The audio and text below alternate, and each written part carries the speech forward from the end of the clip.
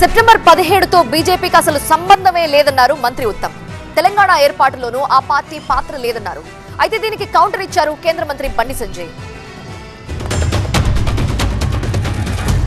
BJP వాళ్ళు దాని గురించి ఏదేదో ప్రకటన చేస్తూ కేంద్ర హోంమంత్రి అమిత్ షా గారు వచ్చి హైదరాబాద్ లో ఏదో ఫంక్షన్ చేస్తున్నాడు.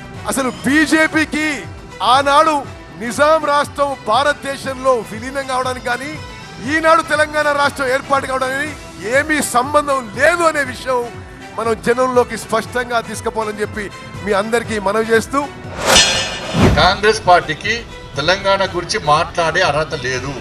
1500 మందిని బలి తీసుకున్న పార్టీ కాంగ్రెస్ పార్టీ.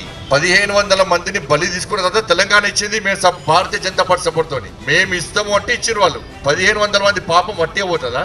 1500 మంది ఉసురు పోసుకోవడం కానీ వీకెండ్ వాళ్ళ పేరు చెప్పుకుని తెలంగాణ రాష్ట్రాన్ని పాలించి అదొక చిప్ప చేతికిచ్చి అదొకటి పాలించిన ఒక పార్టీ వీకింది. 1500 మందిని బలి తీసుకున్న పార్టీ కూడా అదొకటి పాలించారు.